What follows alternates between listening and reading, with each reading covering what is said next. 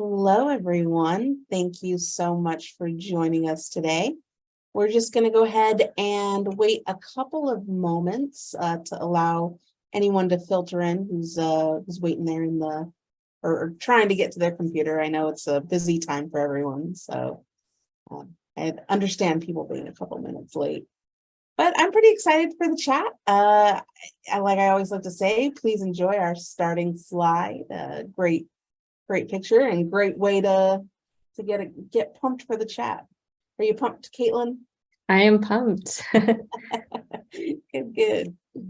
All right. So as people continue to filter in, I just have a couple of housekeeping items to go over. First, my name is Jenna Quinn, and it's my pleasure as the Assistant Director of Alumni Engagement to welcome you all to this edition of the 49er Industry Chats. We just need to inform everyone that this is being recorded. So what that really means for you is that you'll be able to view this later at your leisure. Send it to a friend, send it to someone who's interested in the marketing industry, anyone that you might think that would find this very useful. This is a webinar format, so we encourage you guys all to submit your questions using the Q&A box that's at the bottom of your screen if you're here live with us today. You don't have to wait till the end. Just go ahead and throw it in the chat in the Q&A box whenever it pops into your head.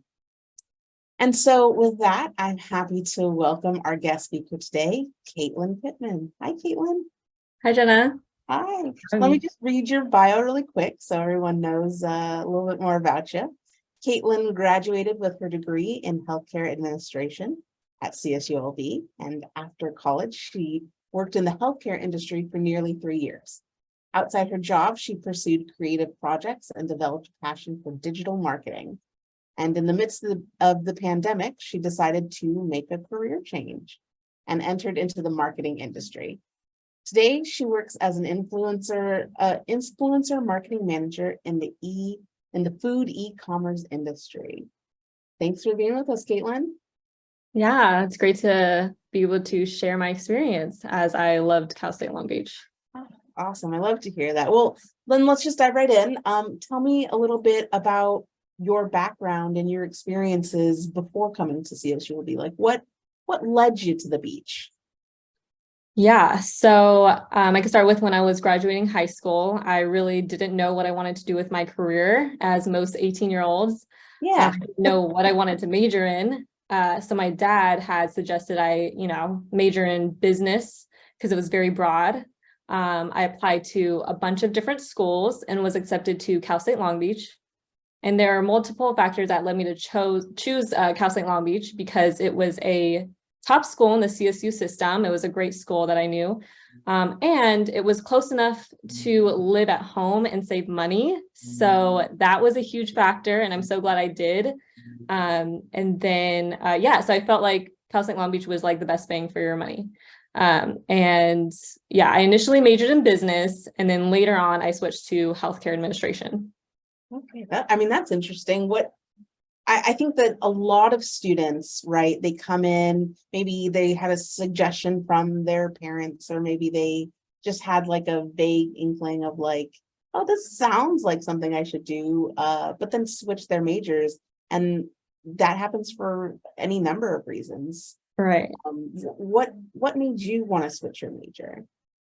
Yeah, so I can give you a little bit about what I enjoyed doing beforehand. I was always a creative person, right?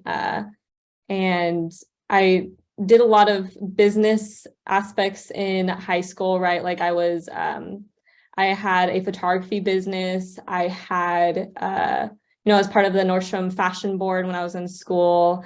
I sold clothing on Facebook. And so there were a lot of things that it felt right to go into business. But once I got into school, once I finished up my sophomore year, I started to panic like a lot of students do. Like, I feel like I need to have it figured out. Like I'm about to go into my major classes and I need to know what I want to do with my career so that when I graduate, I'm ready. And so I felt like there were so many things to do and I needed to narrow it down. At that time, that's what I thought. And I had been on a lot of volunteer corps where I got to serve the community in different parts of the world. So I'm like, okay, I'm passionate about serving others. Maybe I can combine business with being able to enter a field where I can help others. And so I had a lot of friends in the healthcare industry, majoring healthcare admin. And after they told me a little bit about what it was, I kind of abruptly switched. It was like, oh, okay, like that kind of makes sense. I get to help people, I get to do business. And so, yeah, I ended up going to healthcare, and that's what made me switch. Yeah. So I mean, you said that you had a lot of friends that were in healthcare administration. You were in some volunteer corps. Can you tell me a little bit about like what was being a student like for you? It sounds like you were incredibly active. What were you involved in? What kind of things were part of your beach experience? Yeah, so my time at Cal State Long Beach, I felt was amazing. I loved the school because of the diversity. I loved that it was close to the beach. People were friendly, easygoing, right? They were hardworking, yet they knew how to have fun. So I've formed a lot of long-lasting friendships at Cal State Long Beach. I loved the study groups I was part of. So I felt like to survive, you needed to really surround yourself with people who were on the same page. And people that I was doing projects with, we would meet after class, we would study together, just to really support each other. I also got to experience working on campus as a front office assistant at the Alumni Association. Yeah. So yes, I got to, work with alumni, work with students. It was super fun. I got to be part of two organizations. One was Alpha Omega, which was a Christian organization. I was part of that for 4 years. And then once I switched to healthcare administration, I joined the Healthcare Administration Student Forum. And so, yeah, and then the professors were great. Like when I switched my major to healthcare, I just felt like I needed to pick someone's brain. I needed to really learn about the industry because I had no background in it. And so I would visit my professor's office hours and just kind of ask them, like, what kind of careers are there? Like, what advice do you have? And so the professors were always super kind and helpful. And I could see that they were, they really wanted to help their students. Awesome. Yeah. I mean, you didn't graduate all that long ago. Any professors you want to give a shout out to? Yeah, I would say one professor that stood out to me was Dr. Nathan Gerard. And I just remember he was an HR in healthcare. That was like my class I was in. And I just remember thinking like, wow, okay, you can do business stuff, right? Like you can be in HR and be in healthcare.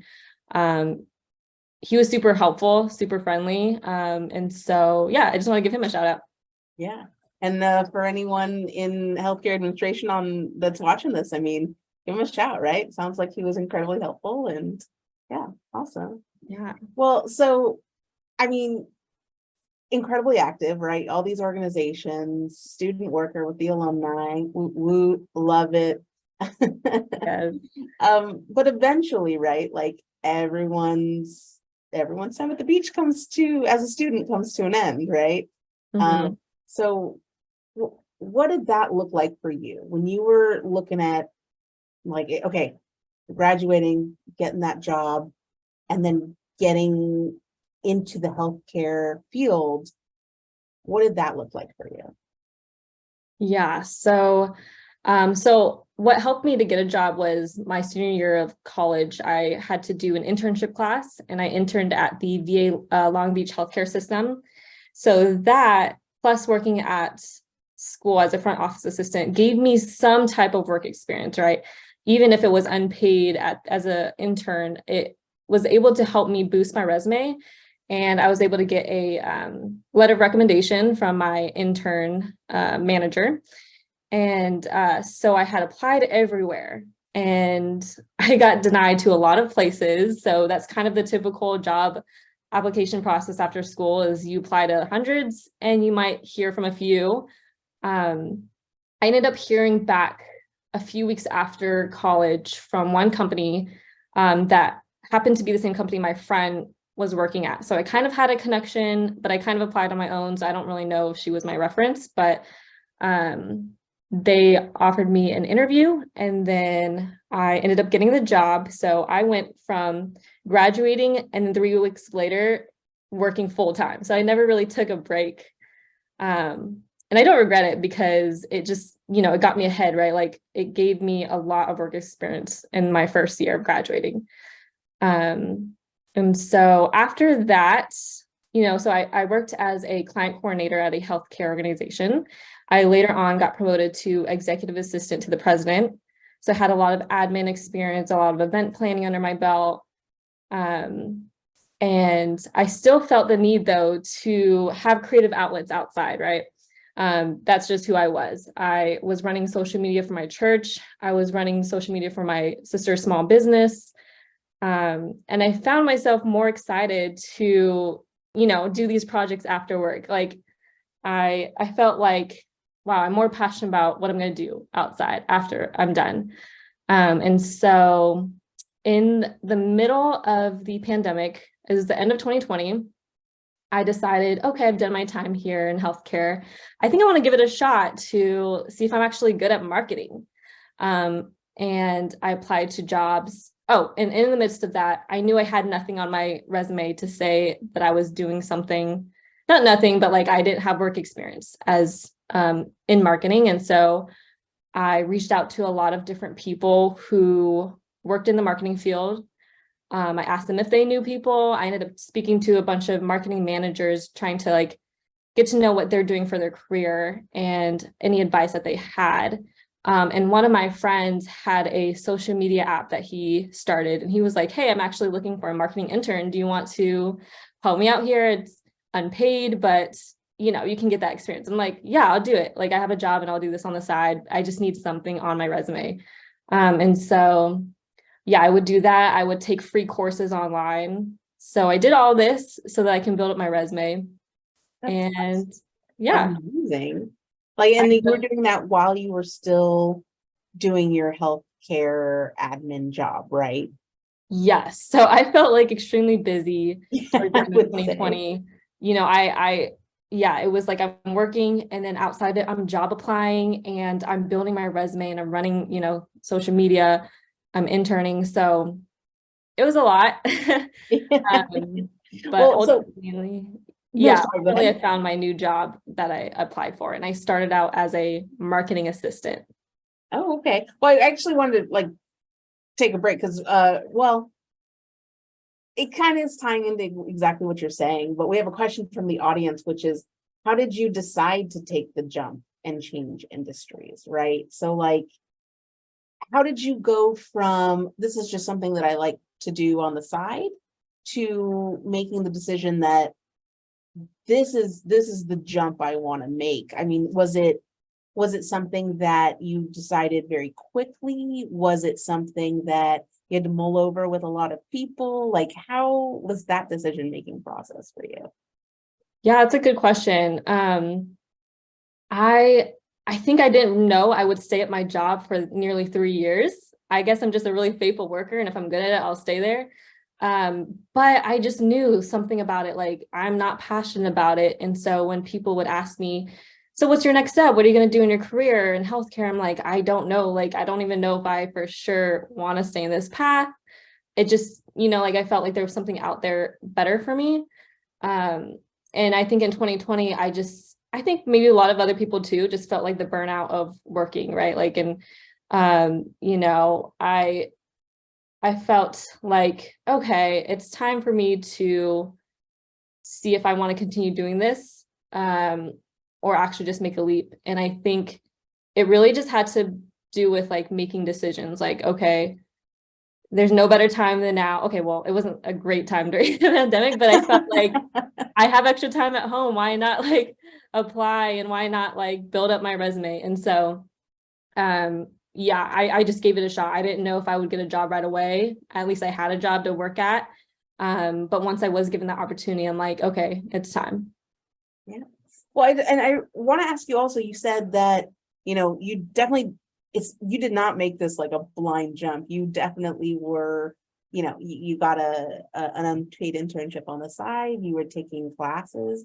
How did you decide that that was the course of action you were going to take? Were there courses that were recommended to you by anyone, or was it just purely like, I know I want to do this and I'm going to research it all on my own?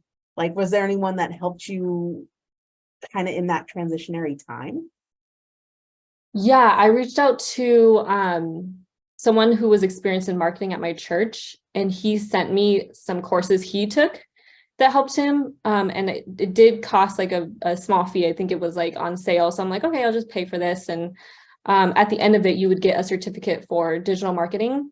So that's where I started. And then later on, people were like, wait, there's so many more free courses you could do. Like, you could just look up online free classes to learn how to do marketing or influencer marketing, whatever. Also, I would watch a lot of YouTube videos too, because at the time, so also I am like a content creator too, for my personal Instagram. And I've been doing that since high school, right? Like I when Instagram came out in high school and it was big, I was posting all my photography, right? I was doing a photography business. Later on, I'm like, okay, I'm gonna post more lifestyle and fashion content. And so I've always been doing that on the side. Eventually brands would reach out and want to work with me. So I kind of got the insight of like, oh, this is what a content creator does and how they get to work with brands. And so as I was doing that, I would look up YouTube videos on how to be a micro influencer, how to work with brands, how to get paid. So I did all this research that kind of helped lead me to where I am today as an influencer marketing manager. That's awesome. Well, so I mean, where you are today, an influence marketing manager, what I know this might be a silly question, but what is that? Like, what does your day-to-day look like? What does your day look like as an influencer marketing manager? Yeah, so I don't think it is a really well-known position because it's pretty much a newer career, right? In the past 10 years, like ever since Instagram, TikTok came out, like it's now a newer way of doing marketing, and it's a growing field for sure. So what I do as a influencer marketing manager is I am looking for influencers to support our marketing campaigns and our initiatives. And so I currently use an influencer marketing platform to search for these people. So as an influencer manager, you have to know your audience well, right? Your company's target audience. I'm in the food e-commerce industry, and so we're looking for people who are they've kind of started their lives. They're like in their 30s to 40s, and they're really busy. They're working professionals, and they need like that ready to eat meal, right? That will help them be better in their space. And so for me, I'm using this platform to look for any influencer that has our target audience as their followers. So I might look for an athlete, I might look for a working mom, an entrepreneur, a podcast host, and their audience kind of aligns with ours. And so when we have different campaigns, like we release a new product, or we're doing a New Year's campaign, I'm looking for a bunch of influencers that can fit our audience, can have a great reach. And then when I reach out to them, I'm negotiating contracts, negotiating rates, right? Because these influencers likely want to get paid. And I think that's part of the equation for them. Exactly. So you're doing a lot of negotiation in this role, and then you send them, you send them your product. For me, it's meals. I also send them merch too, apparel that they can rep. And then I also work closely with social media. So I do have experience with doing social media with my job as well, and reposting their content. So yeah, it's a lot of project management, right? Like you're like having a vision of what you want for the campaign, what type of influence you want to work with. Then you're kind of going through the whole process of sending them this stuff, negotiating, making sure they're posting the content, and then at the end, seeing the return on revenue too with their sales. Absolutely. What would you say is the most challenging part of what you're doing? Yeah, Of your so I would say probably what's somewhat challenging is finding the ideal, like exact influencer that fits everything that you're looking for, right? So I think of it as like finding the perfect employee, right? You want them to support your brand, you want them to share your vision, be a good culture fit, be great to work with. So I think that's the hard part and the fun part at the same time. It's like, you don't know exactly like what it's going to be like when you reach out to the influencer. They may be really easy to work with, hard to work with. They may have amazing outcome and great content and great sales, or they may not. So I think like, just like the challenging part is like, okay, I really got to sit down and look at everything about this person, right? Like you may find an awesome athlete or celebrity and you're like, oh yeah, they'd be great. But you really got to look at if their audience fits yours. If you're like, for us, we only ship nationwide. So I got to look at people who have mainly a US based audience. I got to look at the types of sponsored content they post. Does it look very addy or does it look very organic? Are they great speakers? So yeah, I would say like the challenging part is just like really taking that effort to find the right person. And I mean, kind of in line with that challenging, right? Like I imagine, like as much as I'd love to ask you, like, who's your favorite influencer to work with? Like I imagine there may be some diplomacy happening that you can't like necessarily name your favorite people or your least favorite people. But I imagine that, you'll come across a lot of folks I mean, you want to reach a lot of folks. So you're coming across a lot of influencers who are very different. Like what happens when you run into an influencer, start to do business with them, and then maybe they're not a great fit? Is that what happens then? And I imagine that's part of the challenge. Yeah, that is part of the challenge, and it happens sometimes, right? Like I think we've worked with a lot of different types of influencers, and there are people that seem to have like the right fit, they have the right audience, they would represent your brand well, but they're extremely busy individuals, and they're so big that, oh, you're just one of the brands that they're working with, that is sponsoring them, right? So I think that could be the hard part about working with like mega influencers who have a lot of followers, who have a lot of brands reaching out to them. And when they're not giving you the content you're looking for, they're not meeting your deadlines, and you're talking with them, like you're having to be like, hey, just a reminder, our campaign is coming up, need your content. But in the end, if they're not a good fit, they're not great to work with, or you realize, oh, we're going a different direction, then yeah, like at the end of the contract, you can definitely either decide to move forward with them again, or you can cut it. And then my favorite question, what's the most rewarding part of your position? Yeah, so I would say the rewarding part is getting to work with awesome influencers. And there are people who are going to want to carry out your brand's vision, who believe in your product, who absolutely love it. And that's the fun part about keeping the relationships with them, right? Because I think influencer marketing is all about keeping up that relationship, supporting each other, right? Like they're supporting you, you're supporting them.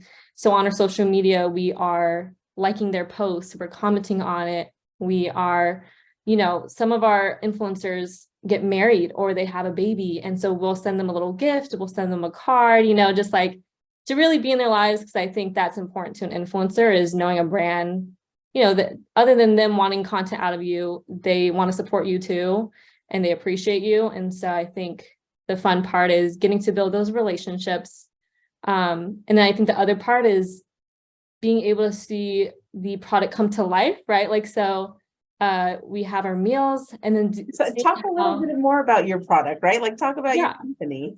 Yeah, so Fresh and Lean, we deliver ready to eat meals to your home. We cook it for you, and then you have your meal, you heat it up for 3 minutes and you're good to go. It has all the nutrition you need. It's super easy. You can take it with you on the go. And so, yeah, so being able to see people use it on a daily, like, oh, that's awesome. Like this athlete is using it in between his workouts, or this working mom is being able to like eat this and feed her family really quickly and do more things that she loves. So I think the rewarding part is seeing, I guess, your vision for the campaign come to life and seeing the product being enjoyed by other people. We have another question that came in through the chat or through the Q&A, which is, what types of impact do AI tools like ChatGPT currently have on the future of influencer marketing? Which I think is a great question, because I mean, you hear about AI and ChatGPT and all different kinds of things, but what's the impact that it's having on your industry? That is a great question. I probably use ChatGPT like a few times a week in my role. That's so funny. A big fan. Yeah, I am a fan for sure. I think it can make any job a little bit easier, maybe just like cut down the process a little bit. But just like the other day, I was looking for specific types of influencers to work with. I'll give an example. I'm looking for 20 aspirational, motivational influencers who are doing great. They're podcast hosts, they're entrepreneurs, whatever. I typed into ChatGPT, find me 30 aspirational influencers and tell me their niche on social media. And it gave me a whole list of people and what they do and the impact they're making. And, it's not always going to be like, oh, this is perfect, right? But it gave me the opportunity to now look at these people, and some of these people I'm actually going to reach out to. So I do that. I also help with our social media too. And being able to make captions is amazing through ChatGPT. Give it a little prompt, say, hey, I want like a really brief, witty caption about this. And then there you go. Because I'm not a good caption person. Like, I'm just not that writing at all. And even briefs that I send to influencers, right? Like anytime we have a campaign, it's like, hey, I would love for you to speak on this for our campaign. And anything I really need to write, if I put it into ChatGPT just to give me a start, it's really helpful. That's awesome. So sticking around, here to stay in influencer marketing, like that's ChatGPT, AI, here to stay. Yes, I hope so. Okay, cool. Another thing is that that affects this industry, and I know that you got into this industry in the middle of COVID, right? But undoubtedly, COVID had a really big impact on the marketing industry. What do you think you've seen the most or heard the most? Like, how has the pandemic shifted this industry, and is it shifting back, right? Like, are you doing things that you didn't think you would anymore, or are certain things sticking around? Yeah, I think COVID definitely impacted this field of influence marketing in a good way, I believe. So during the pandemic, right, everyone stayed at home and went remote. And social media apps like TikTok began to boom during that time.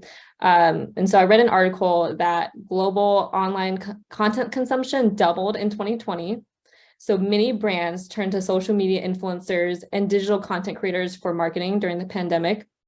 And around 60% of marketers said that influencer budgets would remain the same or even increase. And so I completely believe that, because I think using influencers can really save money on your marketing campaigns, because you no longer have to rent a studio. You don't have to hire models, a photographer, videographer, right? Like, because you just hire one person and they do everything for you. And they also have a larger reach. They have your niche audience that can match your target audience. Right. So hopefully less ads that have nothing to do with me, and more people that I like talking about things that I'm gonna like. Yeah, I think a lot of people tend to be more persuaded to get something now because a friend or a person they follow is talking about it, rather than some random ad that comes up. So another question that came through the chat is about finding jobs in marketing. So could you provide any insight about, how do you look for jobs as an influencer marketing manager?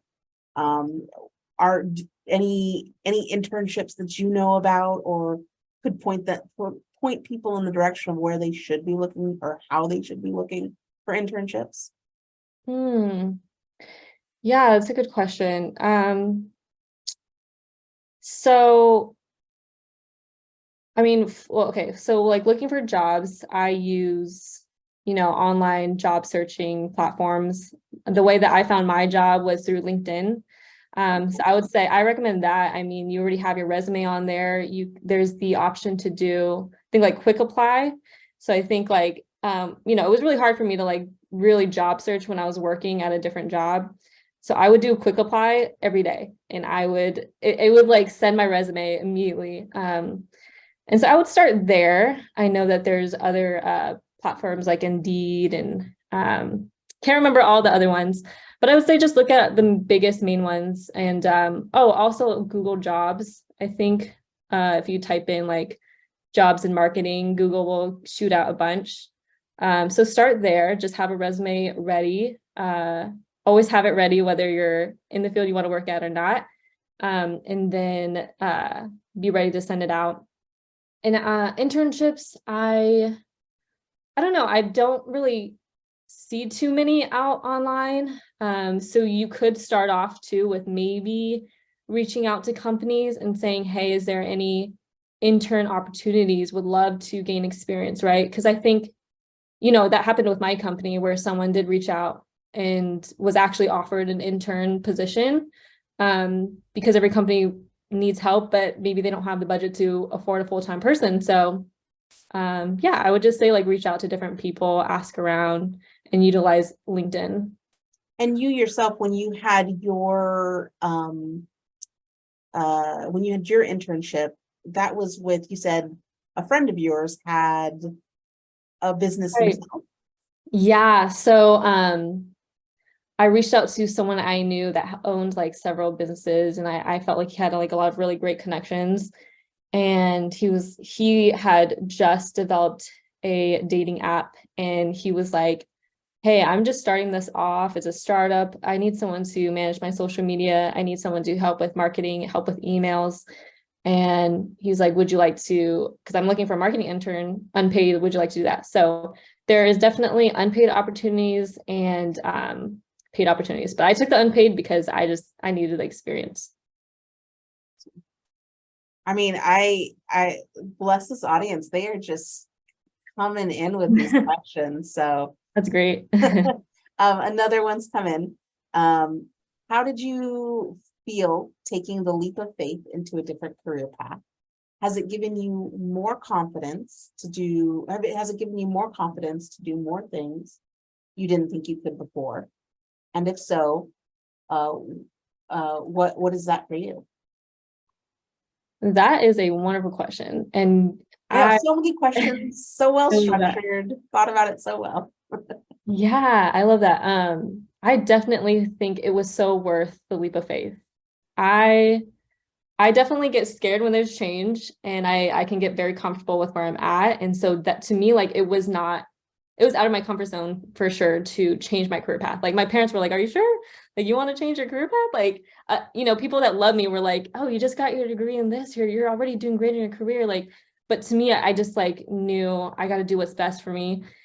And yeah, I think once I got over that hurdle of like, can I do it? Can I not? I just said, I gotta try, like, and then I put myself out there.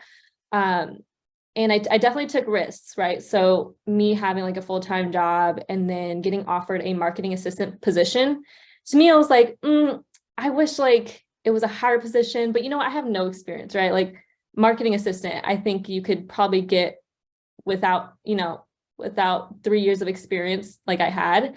Um, but I told myself just start somewhere.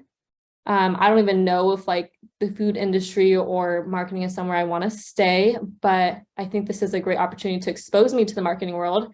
And so it was awesome because when I got hired as a marketing assistant, within 2 weeks, my boss saw my work ethic and was like, you know what, I think your title should be actually influencer marketing coordinator. And then down the line, within a year, I was promoted to marketing specialist. And then within my 2 years, I was promoted to influencer marketing manager. So I think it just like my last 2 years was all about gaining experience, learning about the field, seeing what I love, what I don't love, right? So I got experience with social media. I got experience with influencer marketing. I got experience with brand marketing. So I think like this opportunity gave me, more opportunities to learn about what I really wanted to do. Another question came in. Any advice for someone who wants to become an influencer? And I think that that's pretty appropriate because you work with influencers and you're one of those folks who help influencers actually monetize, right? Mm-hmm. And then you yourself, you have your own personal Instagram, and I'd love to talk more about that too, where you do your own content creation. So, any advice for someone who wants to become an influencer? Yeah, I would say rather than like jump into it and say, hey, my goal is to make money, make this your own passion project, make this something about what you love to do and not, oh, how can I get to, this size following or get paid this much? Because for me, it really started out with, I just love photo taking. I've always been interested in photography. I love fashion. So I would literally just post outfits or my travels, and I like aesthetic things. So I like to make my feed look really good. And yeah, I would share about products I love. So I think that's where you could start, is like, if you want to be, whether you are in, let's say fitness apparel, whether you want to do home design or whatever types of influencer marketing you want to do for yourself, post about it, tag brands, because sometimes brands will notice and they'll be like, oh, thanks so much for sharing this. Can we repost you? Can we gift you something or can we give you a promo code? So I would say start with sharing what you love, tag people, and then eventually you can start reaching out to brands too. You can DM them, you can email them saying, hey, I love your product. I've been using it. I would love to work with you. So that's where I would start. And let's talk about your Instagram. I think we got a question in here. Is it possible for you to share your Instagram? Why don't you talk a little bit about your Instagram, share your handle if you're so inclined, and what your journey has been with your own personal brand. Yeah. So yeah, you can check out my Instagram. It's Kaitlyn Lauren. And then yeah, so I would say my niche would be fashion and home and lifestyle content.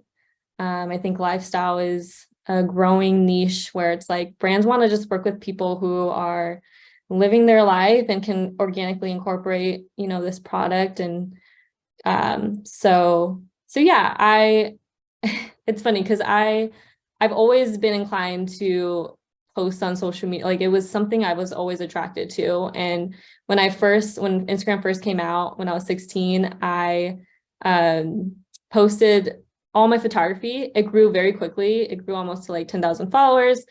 And I would just do it after high school, right? And then I deleted it and I was like, oh, it's so much to like keep up this thing, I feel like obligated to post every day. And then I made my personal Instagram, which is what I have now. But because I love creating content, and here I am again, like working with brands and posting what I love and trying to monetize it too. So yeah, it kind of organically just grew. I wasn't like trying to make it into anything. But I think nowadays, like if you're good at what you do and you have a great following, you can probably monetize anything.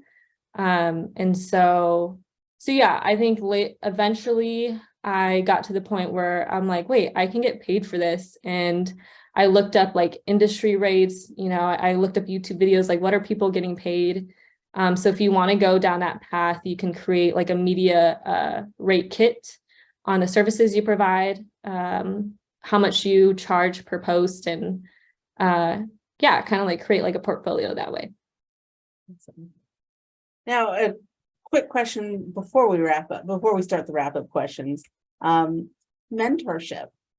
How important is mentorship in influencer marketing, the industry, right? Like, do you have any mentors? Do you mentor anyone? And are there even mentors to be had in the field? Yeah, I think having a mentor is extremely important, but in any field, I really do think it's important. When I was trying to get into the field of marketing, right, like I had no experience. I had no choice but to reach out to people who knew what they were doing. I reached out to people I never talked to, but maybe we were connected with a friend, and I picked their brains. And as I was job applying, I would ask them, hey, like, what do you think of this? Or, just being able to keep people involved in that process. And then when I did get my job, my boss is now, I feel like, my mentor. He has so much experience in the marketing field. He has so much experience working with big clients. And so to me, like, I think that's extremely important. Like, I don't think I'd be where I am today without his expertise, without his advice. And so, yeah, and then in general, marketing is important to network. And so I'm part of a few community groups, networking groups on Slack, and we just love to feed off each other, right? So we have a bunch of influencer marketing managers in that group who work for different brands. And so when we get together in like Zoom calls and chats, like we just like to like figure out what other people are doing that are helping their brands grow. Awesome. Well, as we start to wrap up, I want to ask you if you have any advice for someone entering your field, right? Like, basically, if there was something that you could have told yourself as a graduate, at commencement, right? Or maybe a few weeks into your first job, like, what advice would you give to someone who's looking to start their career journey? Yeah, so I would say whether you're just graduating or looking to make a career change and you feel like you don't have a lot of experience in the field, know the importance of transferable skills. Extremely important. That means like if you're gaining experience in any field right now, it could relate to your next job. And so I think of my first job, like in college, was being a retail worker at a clothing store. I learned about each customer and what they were looking for, so that I can help them pick the right clothing and to help reach my sales goals. And now in my job, I'm doing something similar, right? I'm having to know my target customer. So I think that wherever you're working, whether it's part-time or it's an internship, take those skills and sell yourself, like in your job interview. Show them like, yeah, I may not have experience in the exact field, but I have the skills that are needed, right? And then when I was interviewing for my job as a marketing assistant, my boss said that he hired me because I had a lot of experience working with clients and organizing events as an executive assistant, that he thought would be great for this position. So just know that wherever you're starting, don't panic that you may feel behind or that you don't have the right experience. Gain experience, watch those YouTube videos or take courses, get something under your belt, learn about it, be excited about the field. But yeah, just gain experience and learn along the way, I would say. Well, Kaitlyn, any final thoughts? Anything on the top of your mind that you want to share with folks? Anything we didn't cover? Not too much. I would just say that it's never too late to go after what you love. If something doesn't feel right, maybe that's a sign.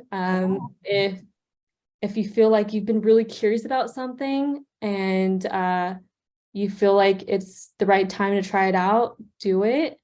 But get help, talk to the right people, learn from other people.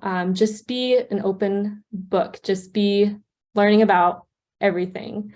So yeah, and then I'm here if you want to connect or pick my brain or learn. Yeah. How could people get in touch with you if they wanted to pick your brain and learn? Yeah, you can connect with me on LinkedIn. So I am there under Kaitlyn Pittman. But yeah, feel free to reach out. And yeah, I'd love to like answer any more questions that you guys might have. Well, Kaitlyn, thank you so much for your time today. I think this has been a incredibly informative chat with honestly very inquisitive audience. So thank you so much for your time. Thank you so much, everyone. Awesome. If you can hang back while we say goodbye, thank you all so much for joining us. Again, we recorded this, so this will become available on our website, csulb.edu/alumni. And thanks so much for joining us today. Have a great one.